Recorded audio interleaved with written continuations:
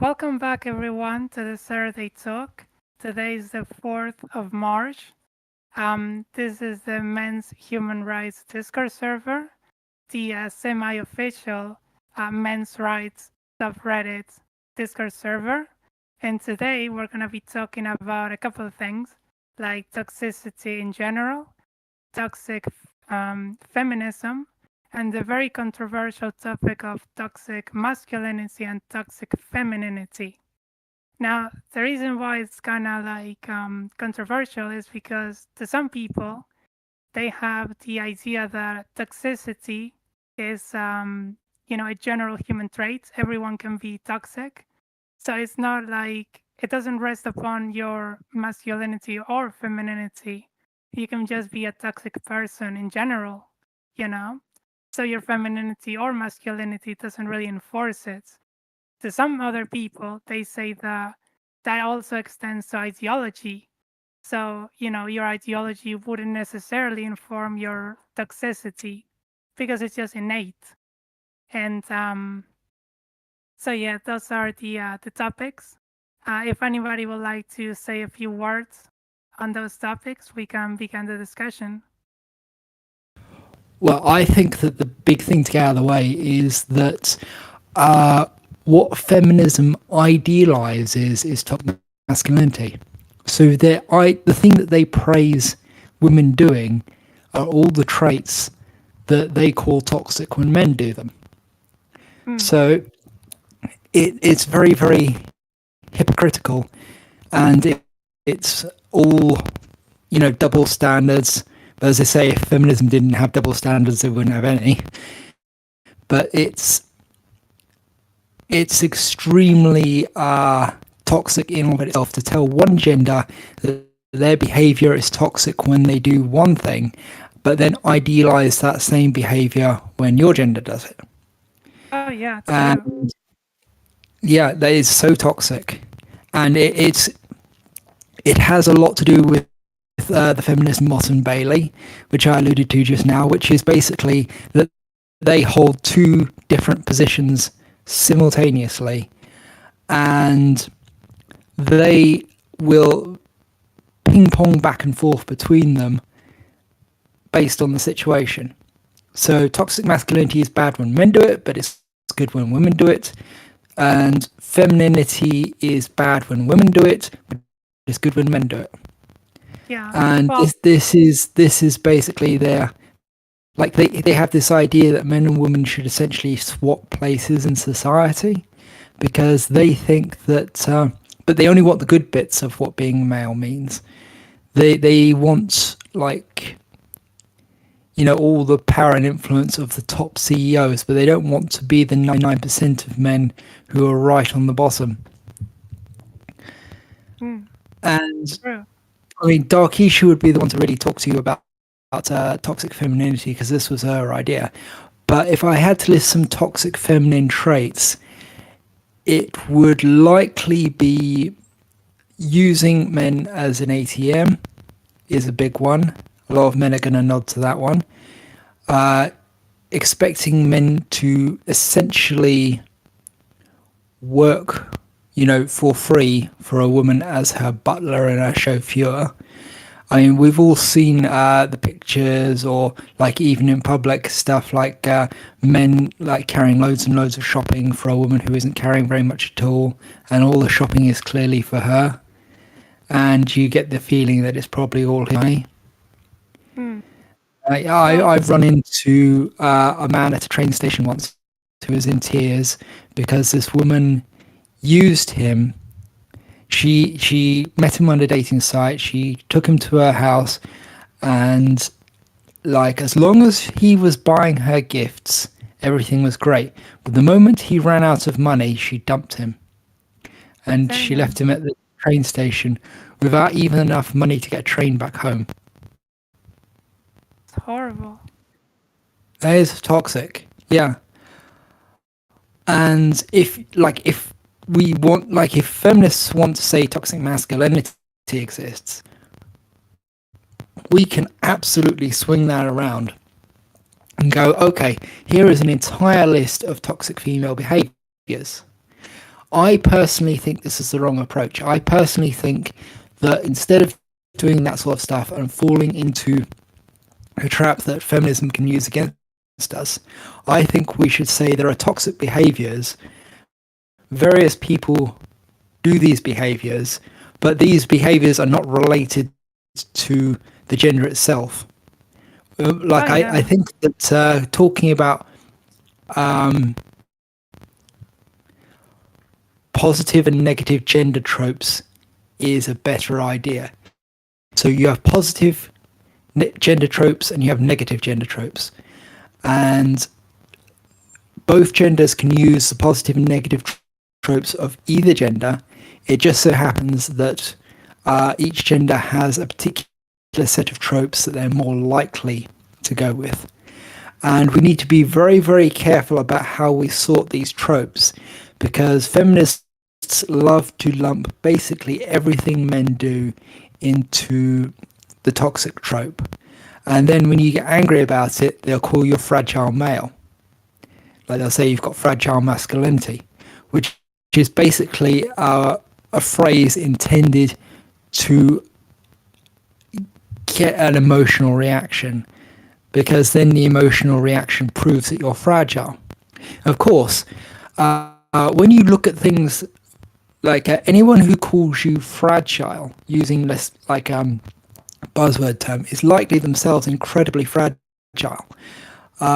If you flip it over, which gender is more likely to stage an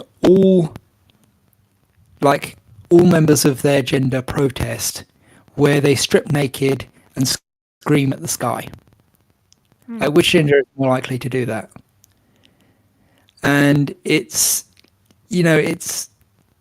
like you're not allowed to criticize feminism. You're not allowed to criticize women at all. And I'm risking the YouTube channel just by saying that, honestly. But it's the truth. You're not allowed to criticize them. And that's toxic in of itself, because if you can't criticize something, then that suggests there's something really huge to criticize that people don't want you to criticize, because everything they have built rests on that thing that you want to criticize. And if you start criticizing it, things are going to start crashing down and life isn't going to be so good for them.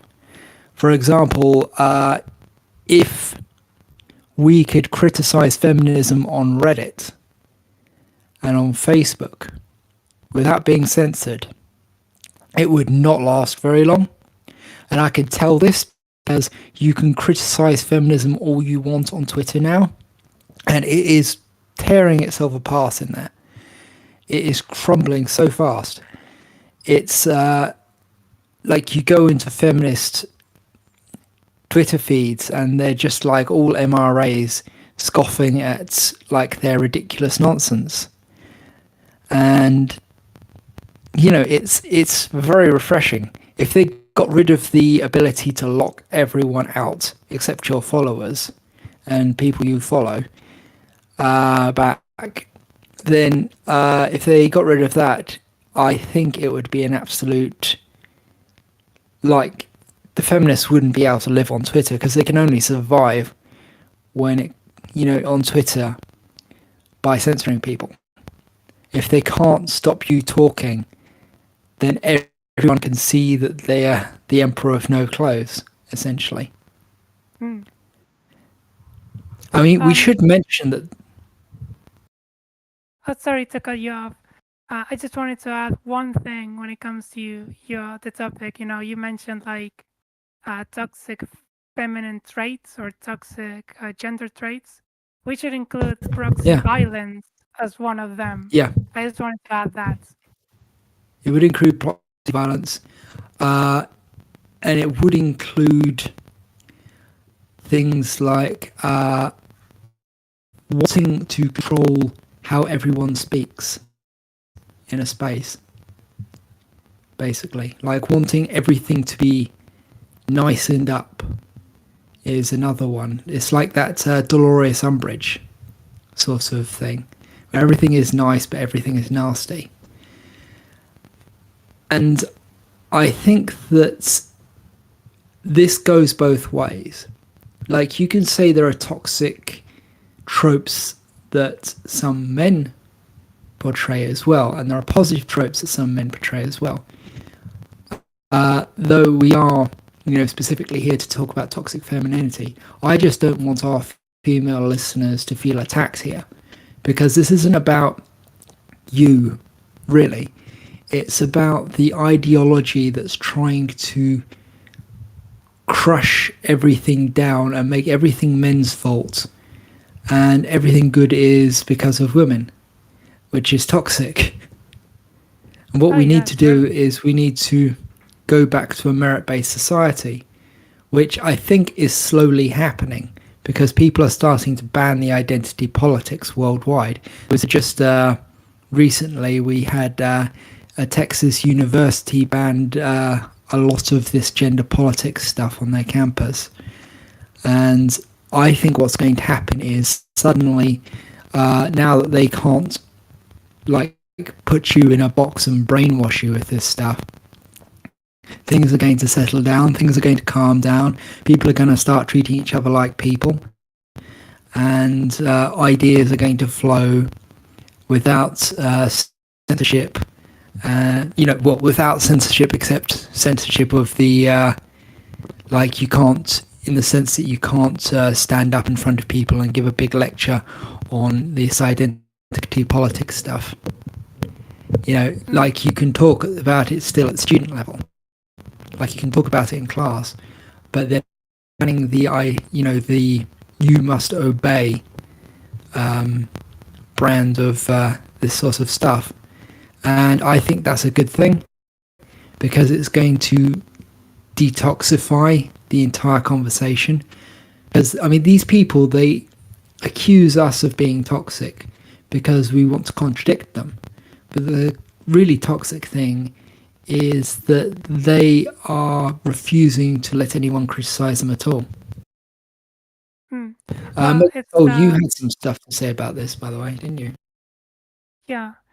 So one of the biggest problems is that by definition they believe that any contradiction is toxicity because they believe that no one has real genuine criticisms because they believe that the only reason why anyone would oppose them is due inherently to hatred or the desire to create some sort of subservient class of people, you know?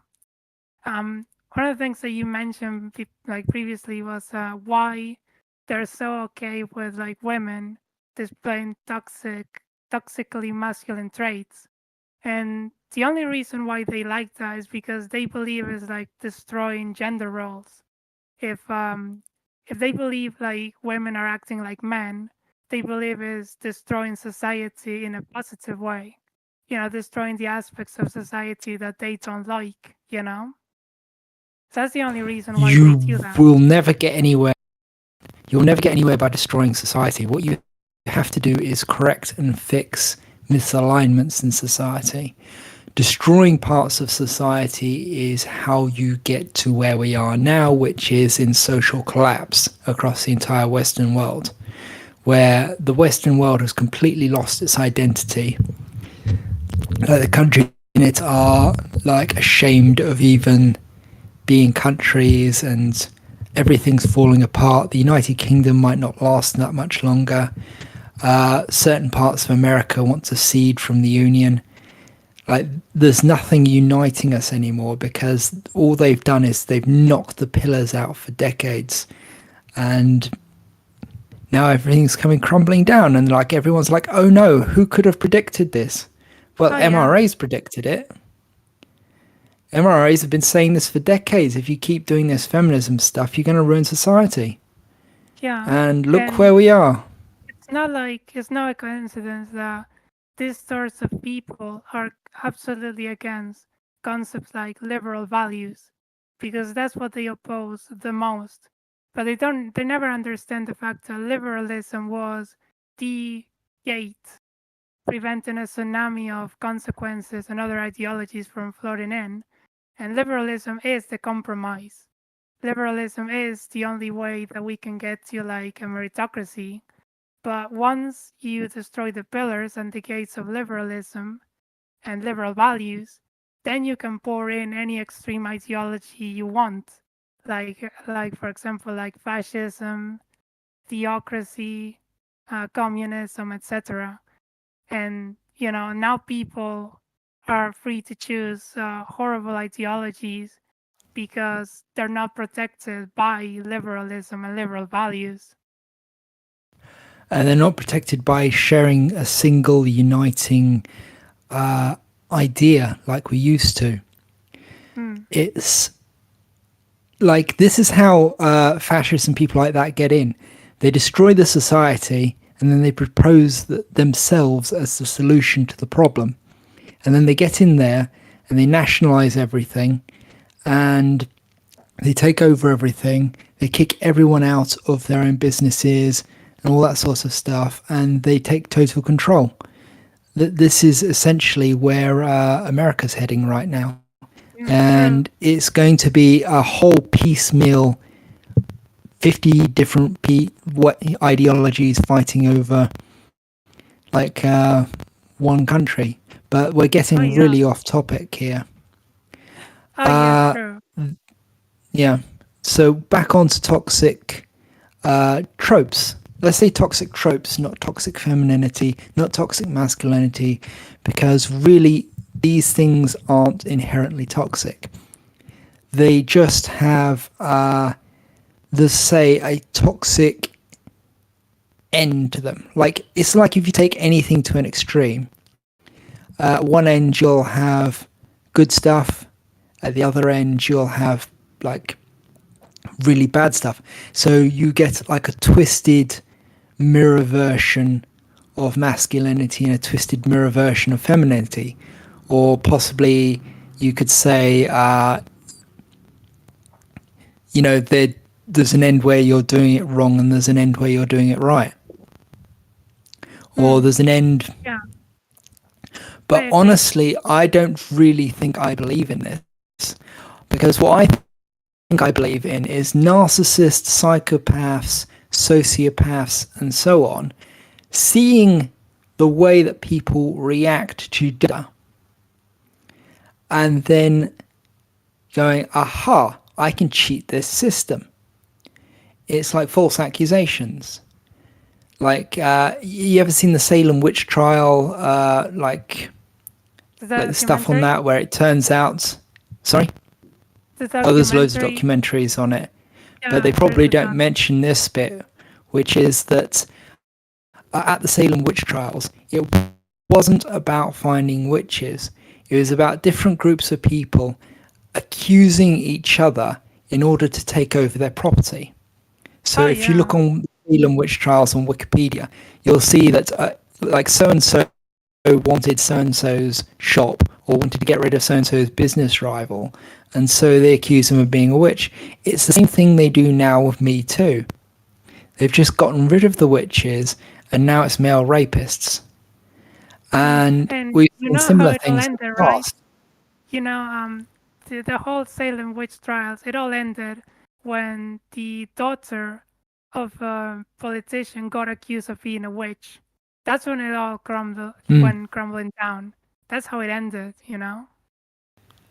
Yeah, it only ends when powerful people say, oh, hey, this tool we've been using to stir people up and get them confused and get them to ignore the stuff we're doing is being turned on us. So let's get rid of it. And then they wait a couple of years and they dust off the tool.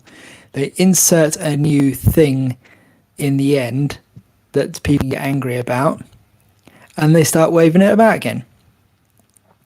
It's nationalism, like hyper nationalism. It's races who are out to take your jobs or out to take your whatever. It's all this sort of stuff. It's the dreaded homosexuals. It's everything like that. They'll find the thing and they'll go, oh yeah, we can use this.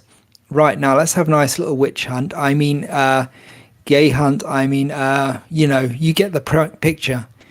Mhm. And so you end up with the lynchings. Like the lynchings were a witch hunt. Oh yeah, You end up true. with Maoist pogroms, and you end up, like, when it gets really bad, you end up with struggle sessions and stuff like that, where people are up on stage denouncing each other, like they do at the Women's March. It's yeah, it's this. This isn't something that was predicted in 1984. It's just what was happening at the time. Is what I keep telling people, but you see these things over and over again, and like toxic masculinity accusations thereof, Me Too, all this sort of stuff. It's the same thing. It's like, you remember Kavanaugh? There was no actual The evidence judge, against right? him. Yeah, the Judge Kavanaugh. There's no actual evidence against him. They didn't want him to be a Supreme Court judge. And if you go back a couple of decades, you'll find that the same people were actually trying to stop a previous Supreme Court judge who was black from getting on the board. Hmm. And it's the same sort of thing. He was a black man. He was like the first black man to get on the Supreme Court. And they tried to stop him using accusations. And Hmm. you would be surprised at who was involved in that. Or maybe you wouldn't be. But like this is a very, very toxic thing humans do. And I don't think it's a very gendered thing. I think both genders encourage it. And this is why I have a problem with the idea of toxic masculinity and toxic femininity generally, and why I say tropes instead, and why even then I'm kind of about it. It's because I feel that you see these same tools in different forms used by both genders. So I'm Oh sure yeah. that if we sat down and had a think about it, we could come up with the male equivalent of proxy violence. In fact, it's probably get all your mates together and go and beat them up. Like that's probably the male equivalent of proxy violence, is get your mates together and go beat them up. Or like get your gang together and like call in the gang, and then you're at the front of the gang, and we're going to teach you a lesson. And I think that's the male equivalent of proxy violence, quite possibly, or at Oh, least one of them. you know what I've seen? Some of the proxy violence that some men do, it's covert bullying. Where they try to make sure they're shielded from bullying by participating in bullying with another people, with like other mates. So they feel like they're gonna be protected and they're never gonna be the target. So that could also be like a form of proxy violence done by men. But Yeah, I'd yeah, like to that makes sense. get a little bit more specific. Like, for example, when it comes to violence, the violence that men do, like some people say that's inherently toxically masculine, but it only is when we don't get the results we want. But when we do get the results we want, we praise them as heroes.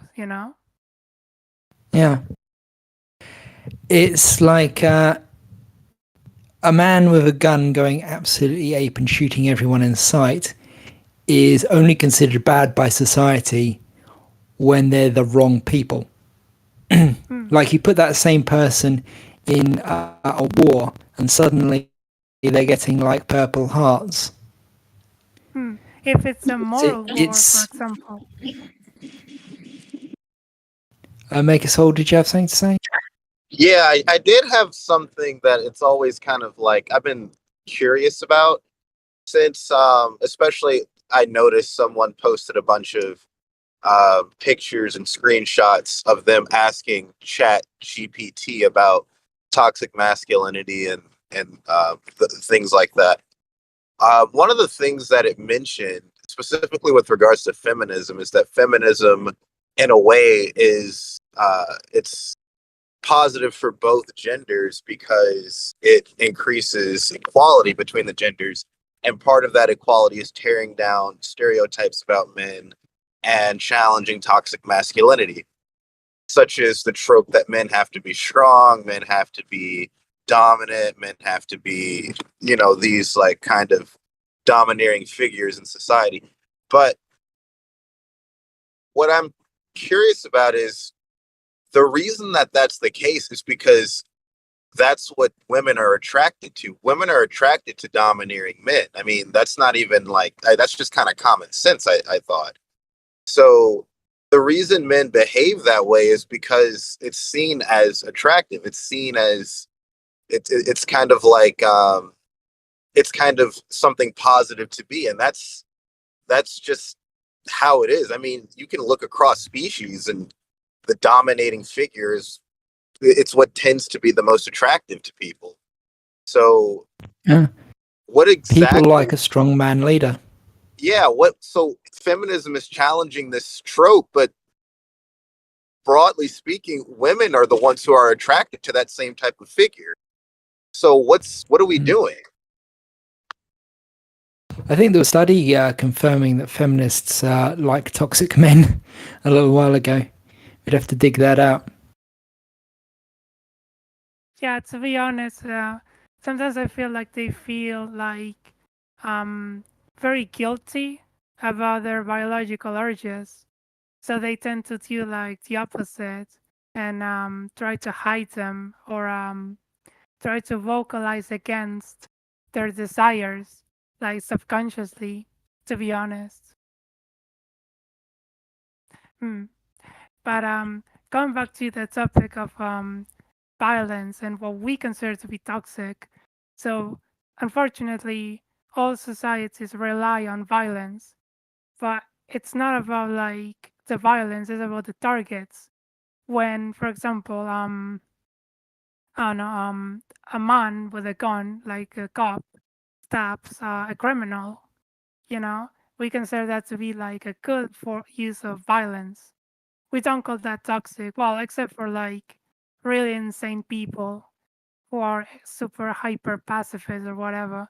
But when it comes to normal people in general, we don't consider that to be toxic. It's only about the end result. It's a very like consequentialist way of looking at things, depending on what we consider to be toxic or not. But then you get into like very philosophical stuff of what should be the end game of everything. For example, the people that believe that men and women should all behave the same and there should be no differences between the sexes. You know, that's when they get the idea that being too different, being too masculine, must be by definition inherently toxic because it's not getting to their like utopia they want, you know? Yeah. Well, that's collectivism for you. Oh They yeah, want, true. they have an ideal of society, and they will impress that ideal on society no matter how many people die. It's something we've seen a lot of times before. It's like every like person with a utopian dream is like, okay, how can we make people be the way we want them to be so society is perfect? And then they spend the rest of their lives attacking people in ways that the people hate, and like they destroy people, and like at the end of it all they have is bones and rubble True. and gulags. Yeah, and there's a reason for it because like there is no winning in those with those ideologies. Because like for example, I've seen some Facebook posts about parents that are trying to raise their children as what is it called, gender neutral. I don't know if you ever heard the term, but Yeah, I they heard try the term raising. they bees. Yeah, yeah, something like that. So it was a Facebook post about some parents that raise a woman, a little girl, to be gender neutral. So they bought her like I don't know gray clothing or sometimes clothing of all patterns and all colors. I don't know what colors have to do with gender, but they bought her all sorts of toys, you know, like I don't know, trucks and dolls or whatever. And it was all like, okay, you know, you can do that. It's no biggie. It didn't feel like they were pressuring her into anything. But then the the switch totally flipped out when the girl grew up to want to use dresses and only dresses and have a certain type of makeup and hairstyle that the parents did not approve because it was too girly. So you have no win scenarios with those types of stuff. It's like they don't really care about choice or individuality. They care about maintaining the ideology, the end goal, the result. Again, it's very consequentialist because they were raising not a child, but they were raising an experiment, and the experiment turned out to be like not the results they wanted. So, that's when you get into a no-win situation with them. I bet. Oh, hi, Doc.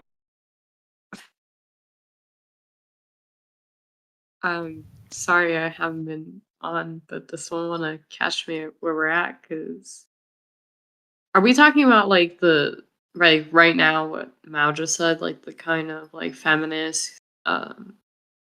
who've been trying like the gender neutral thing on kids? We've been talking about a whole range of things. Basically, what we, or at least what I came to the conclusion of, was that toxic masculinity and toxic femininity don't really exist per se. There are more sort of toxic tropes that both men and women can express, and that men might express some tropes more often, and women might express some tropes more often. These tropes can be good or bad. And then I realized that I think that it's really just the same tropes expressed in different ways. And then I realized that actually it's probably more sort of narcissist psychopaths and like dark triad personalities who are manipulating and using social expectations against people, like false accusations. Okay. Using the idea that women tell the truth and wouldn't lie about that sort of thing in order to get power and money and influence and sympathy, of course. Fair point. Fair point. Okay, that's fair. Though I will say, just to contradict you a little, they aren't exactly real toxic masculinity, toxic femininity, but it's more, I wouldn't say it's tropes. I'd say it's more like it varies by person based on the social upbringing. It's something placed on society. It's a social construct, basically, the toxicity that they talk about. Just think about it. The people who tend to exhibit those behaviors, it is because they were usually taught those behaviors from whatever social circle they're in. Yeah. I mean, one example I would give of that happening is we had this thing a little while ago about this boy who wasn't allowed to go to the balcony to even see his dad, and he wasn't allowed to go out to see his dad at all. And the mother was laughing about it and encouraging the daughter to mock him and laugh about it too. And she posted this thing on Facebook or something saying, he can't see his dad, the little melt. It's like they're both crying about it and they're so upset, boo hoo hoo, and laughing about it. And it's like just me and my daughter sitting here not letting him see his dad and stuff like that. Yeah. That's an abuser training an abuser. Yeah. And I would say, like, and it goes the other way too, to give a personal story, there was a guy who got falsely accused at the high school I went at. And instead of fighting back, he took the infraction that was given to him as a result of the false accusation that frankly the school had no right to take anyways, because it was made outside of school. But he learned to just be submissive to the whole thing and accept all the shaming he got and everything, because his own father didn't even support him or go, hey, these girls are lying or anything. He's turning to his son. He was like, why the hell would you do this? I noticed his dad basically does the same with his moms and his sisters. His dad doesn't stand up when they say toxic things. And it's really hard because you have a mix of girls and young women being taught really toxic things about, that they can say whatever they want, they can get away with anything they want. And you got guys who are being taught that you have to let the girl do whatever she wants. Just take it. She probably doesn't mean it. Yada, yada. Yeah, princess syndrome, or as they say in China, little emperor syndrome. So you have this little spoilt kid who's never been told no in their life. And it's not a gender thing, it's peoples have decided that women can just do whatever they want thing. And it's like people have been blackmailed into submissiveness, like that guy. And it's not anything really to do with gender, except for the gender dynamics which allow it to happen, like the all the complex little things, but the system itself isn't the thing that's causing that. It's the abusers within the system that are causing it. It's and the worst part is the legal system's helping too. Oof. They got a lot of money for it. Yeah, they get a lot of money for it, and they cover it up. And here's the thing. Now, those who don't know, I'm sort of like the head of support. I will always be an advocate for mental health. But if you're an asshole, excuse my French, but I will use a lot of it in the next 2 seconds. If you're an asshole and you know it, you do not get a... I do not care what disability mentally you may or may not have. It is not an excuse for toxic behavior. And that's another problem we're seeing, with the rise in the whole conversation about mental health. On one hand, it's great. We are seeing so much more support and money and funding somewhat starting to go to mental health. But the downside of it is now you got a lot of people who are trying to say, well, my toxic behavior is because I'm a this, I got this, I have that. They're trying to excuse their behavior. Yeah. With a diagnosis. And some of their diagnoses aren't even official, which is like a whole other issue of things. That's toxic. Diagnosing yourself so you can get away from things. It's like Cartman in South Park pretending to have Tourette's so he can swear at everyone. But I have seen people in using their disability to get away with things. Yeah. And it's partly why I think disabled people should probably try to avoid that, if at all possible.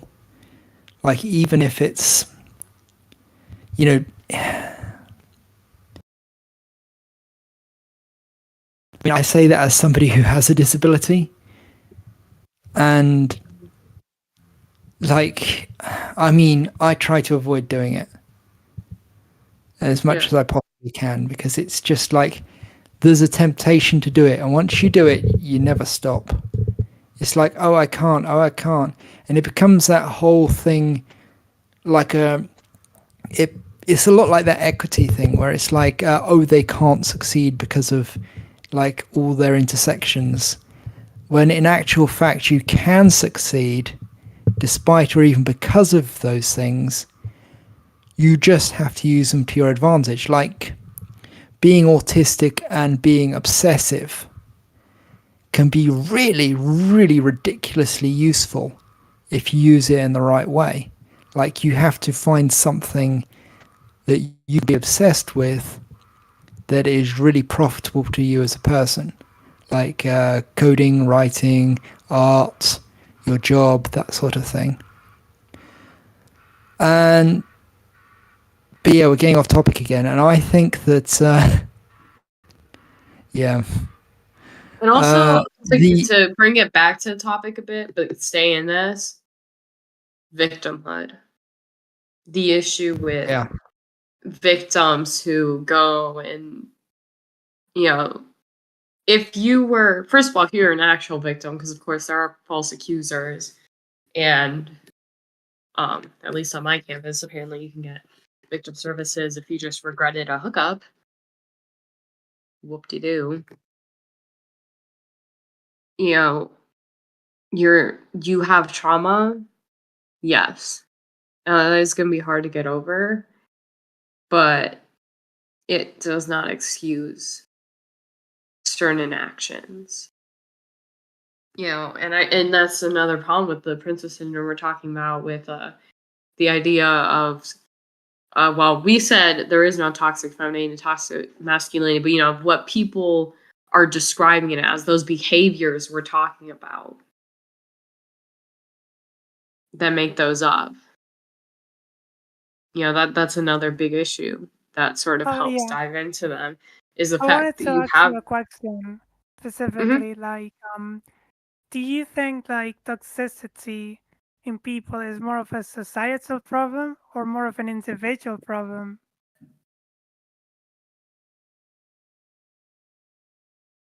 uh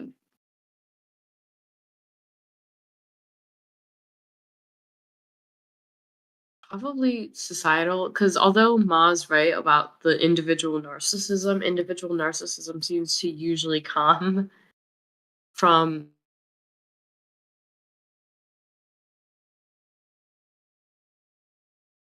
Hmm. So it sounds like the problem starts with the individual, but then we as a society, we make it worse because we enable people's toxicity, depending on who they are.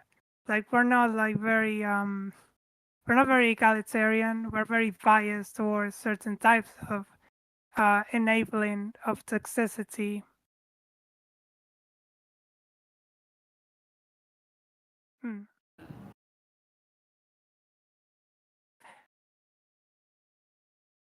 Sorry.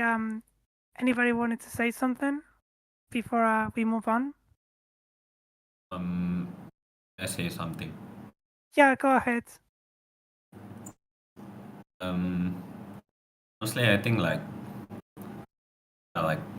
if we try to see it from a philosophical perspective, I think human willpower is like only responsible for like what maybe like 30% of what's what their circumstances are, and like the 70% is due to their environment. So like I think like yeah, of course the individual is still responsible, but like we need to understand that Oh an yeah. individual cannot exist without the society, and like the society is the mold that molds the behavior of the individual. It's not like every individual has like 100% free will, you know. Oh yeah, true. Like uh, the way I see it is like uh, we only have 30% of willpower, but like what we do to the willpower that we only have that 30%, what we do about it, like what we prioritize should be to try to change our environment to help facilitate our change for the better, I guess. The I way I think see that's it Mm. is too like that. fatalistic. Studies have shown that if you tell people there's no such thing as free will, they become a lot more No, no, no, no. Wait a minute. deterministic, Agitated. basically. I'm not talking about there is no free will. Like I'm saying that we are overestimating the the weight that Willpower? willpower has on our lives, Yeah. actually. Like I Like think environment actually has a huge role in it too. Like I think yeah. the Western world to like to how do I say it, like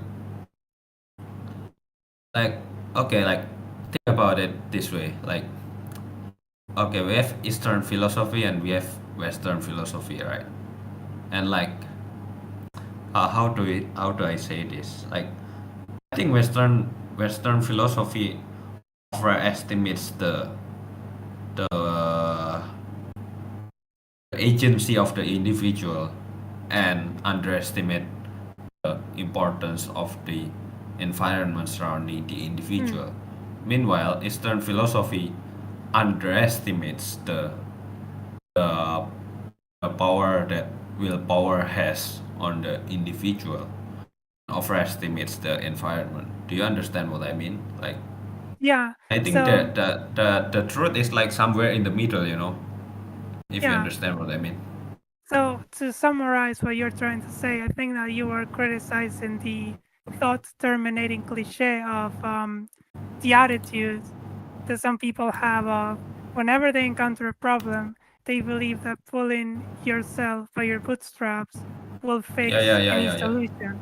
So yeah, Yeah, yeah, you're yeah. criticizing that mindset. Like think of it this way, like a system like any of anyone here familiar with physics? Not me, no. Sorry. You can go Um, ahead with the explanation anyways. okay, so like the explanation is like this, like uh,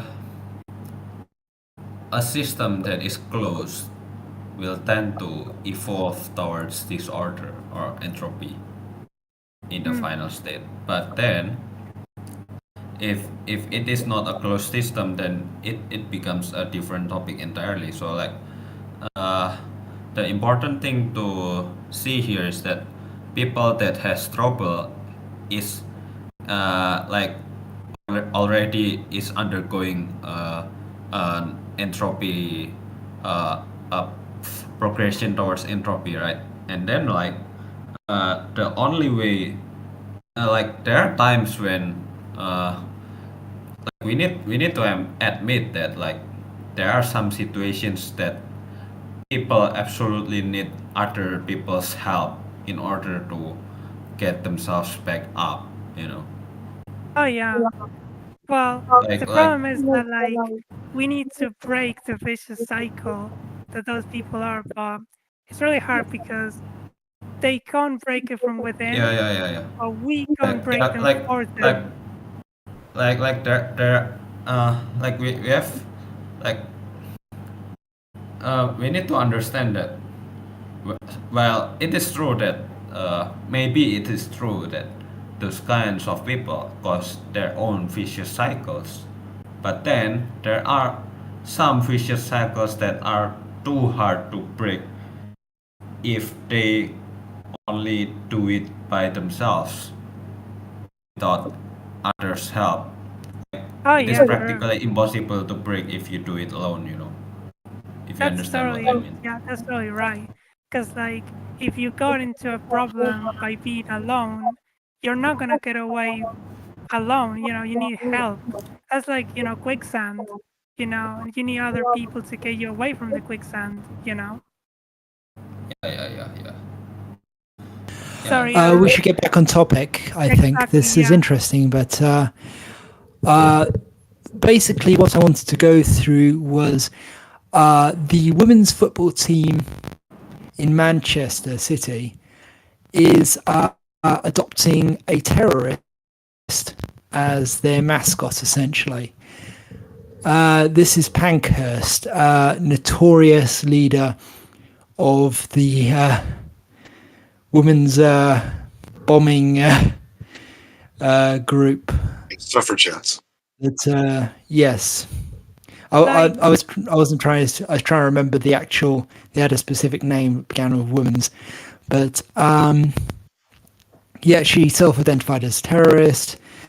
The group identified her as a terrorist. The newspaper identified her as a terrorist. She was bombing people. She was definitely involved in the planning. And there now, like, there's a statue of her in Manchester, Yeah. of course, and they're adopting her as a hero. I don't think she was particularly heroic, honestly. She was planting bombs in public. Well, that's Yeah, right. it's coward Like, behavior. If the Pankers had it's been coward behavior. more, if they had been more competent, they would have Yeah, killed a great many people. They are only saved by their own incompetence from being remembered yeah. as murderers and terrorists. Yeah. They And killed like, about 5 people that we know of, but I think the number is much higher. 5 people and well, 20, 30 yeah, injuries, 24 but injured. I'm pretty sure that the number is way higher. There's been talk of them, like diary entries recording that they tried to murder random men by pushing them off cliffs and things. They were extremely, like we've talked about this before. They would plant bombs out in public. They planted bombs in I think it was Westminster Abbey, in front of the Bank of England, where the targets would mostly be men outside the bank. And it was only because their fuses were so incredibly crude that most of their bombs were either disarmed or didn't go off. Like Like, they just handles and yeah, things like that. like for example, we know that there were respectable suffragettes.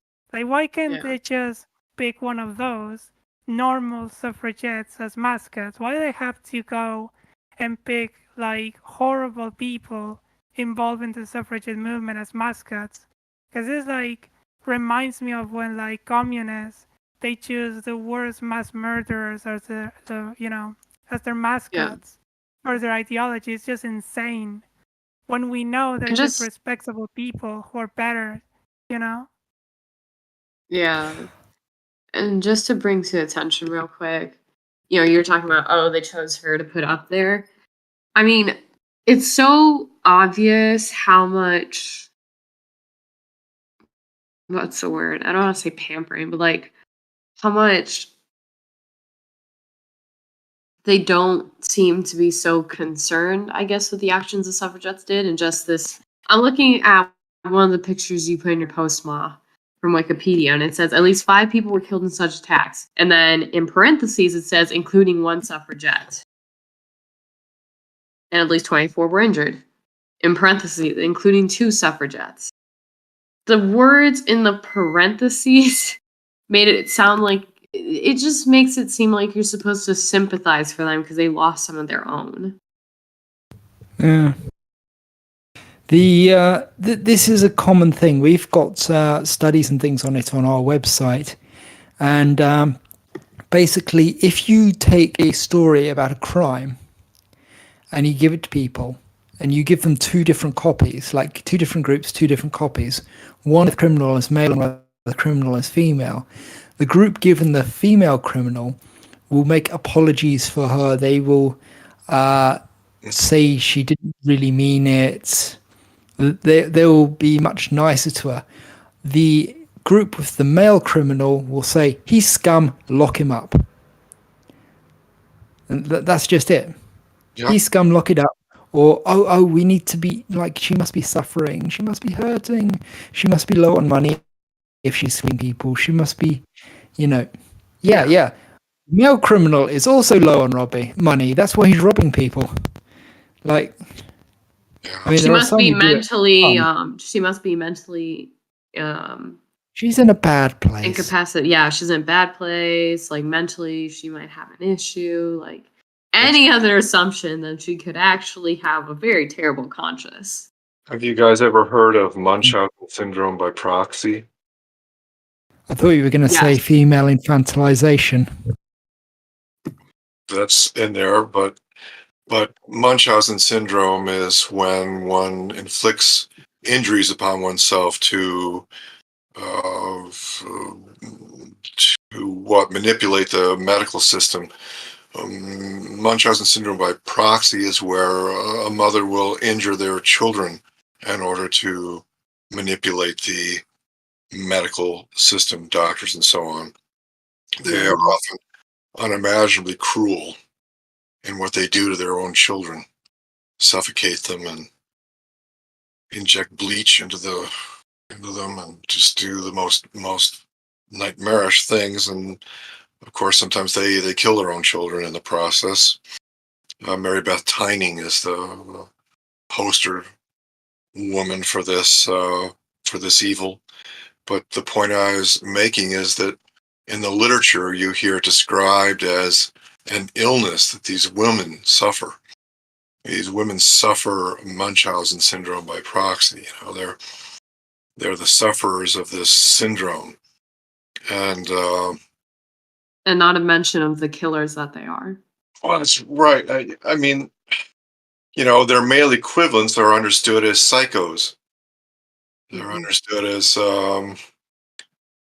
psychotic monsters. They're not males who would kill like that, would get no sympathy, would not be regarded as having an illness that might be treated.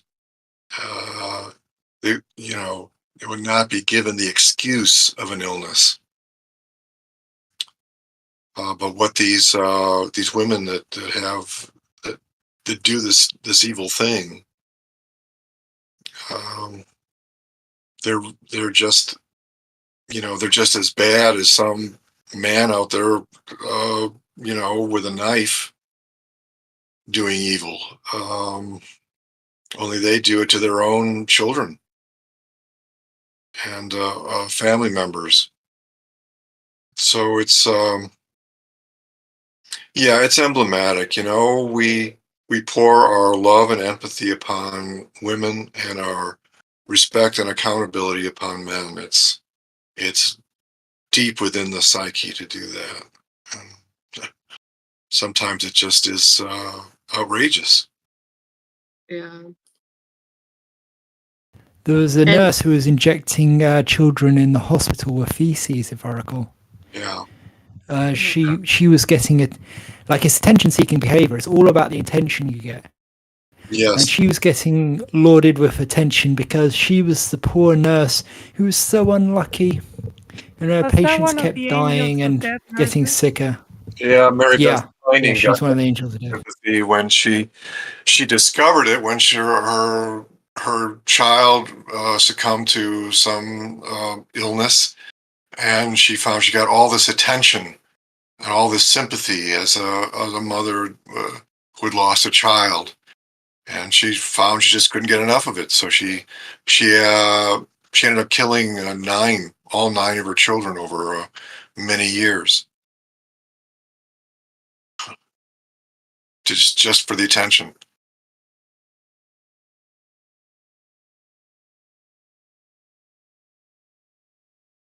I remember seeing a story recently in the like one of those text clipping post stories about this woman whose husband was dying of cancer.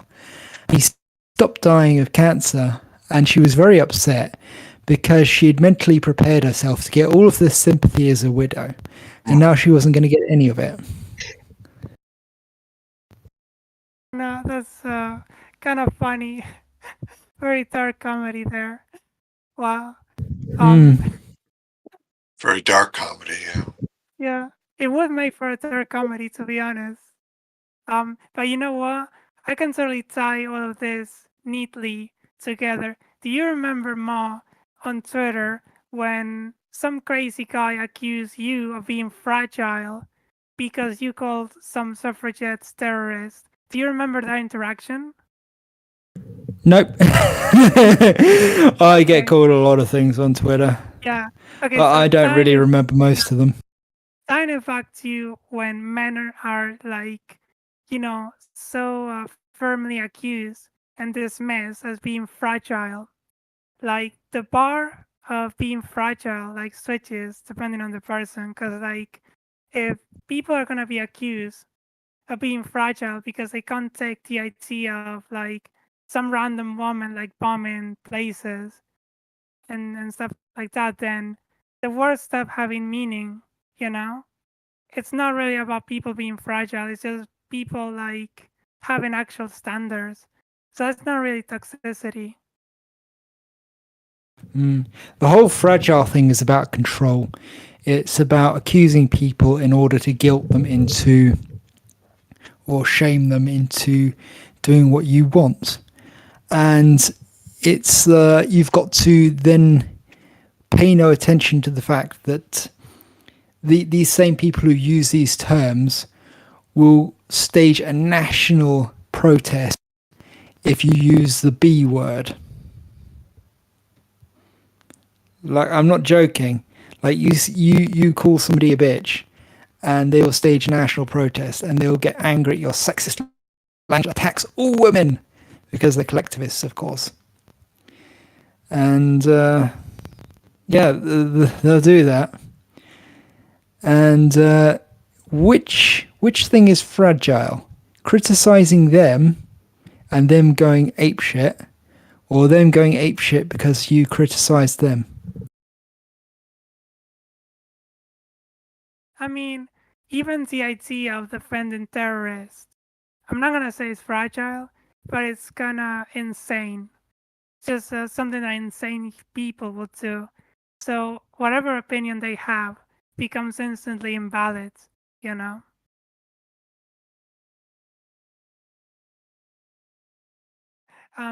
So yeah, I wanted to again talk about some of the things in the images that you posted on Twitter. So the campaign, this is about the suffragette that made the terrorist bombing. So the campaign has seen classification as a terrorist campaign, with both suffragettes themselves and the authorities referring to arson, bomb attacks as terrorism. Contemporary press reports also refer to attacks as terrorist incidents. Note how the Terrorist word in terrorist quotation. is in Yeah, in quotation yeah. marks. I was about to say that. It's so insane. And a number of historians have also classified the campaign as one involving terrorist acts, such as, well, a bunch of names and whatever. Like, it's incredible how there even has to be like a discussion or a potential for people to not even classify it as such. Like, it's almost like they're teetering on the edge of, we are classifying it as terrorism, but should we, question mark?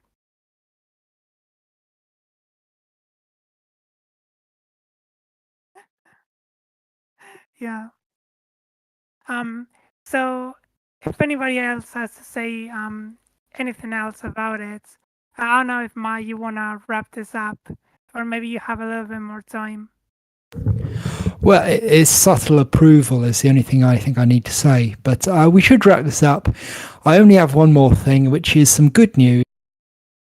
And that is that Mankind has been covered in the Daily Mail for calling out the Love Island show for its toxic femininity. Basically, it's not really toxic femininity so much as toxic people letting women get away with things that they wouldn't let the men get away with. And it's both genders doing that, which is why I have such skepticism for the term in general. But basically, it's really, really, really good that Mankind have been covered saying this, because they are starting to treat men's rights organizations as actual organizations with clout who deserve a place in the public square where they can talk about things like this. And they very much just state the facts are here, and they very much Mankind pretty much takes the center stage here, saying that these abusive women on this show have not they've not been treated the way the men have been treated when they've been abusive, and they haven't seen any kind of consequences, and I don't remember if they said they'd been praised, but I wouldn't doubt that they've been praised for being, you go girl sort of stuff. But it's really good to see this sort of stuff being put in the media again. There was a huge media blackout from 2015, 2016, probably 2015, 2014 to now, basically. And only now is this stuff creeping back into the headline. It used to be that you could get MRA headlines and you got them a lot more. But this is a really good sign. I think this is pushing forward. And Mankind say they're going to keep an eye on the show and they're going to basically be vetting it. But I don't know what that will look like, honestly. It's good to see people being attention being brought to it. Yes. That's pretty much it. Yeah, unless anyone else has anything to say. Sorry. I think that wraps it up, to be honest. So if you I want think me Tim to, was going to say something, and I said that. oh, Tim, did you want to yeah, speak? yeah, he No, should have no, that word. no. I just meant to say that I agree with Ma that that's a really good sign. A men's group is being given some credibility. That's great. We need to see NCFM gets that credibility too. Get you True. guys in some newspapers and stuff. Oh, I think I've great. seen you in one newspaper. Oh, we get mentioned in the media quite a bit. Not usually in a positive way, but sometimes it's at least a neutral approach to what we have done or what we say. Well, maybe we can go through some of those articles at some point on the show. Sounds good. All right, then. Darkishu, would you like to wrap things up?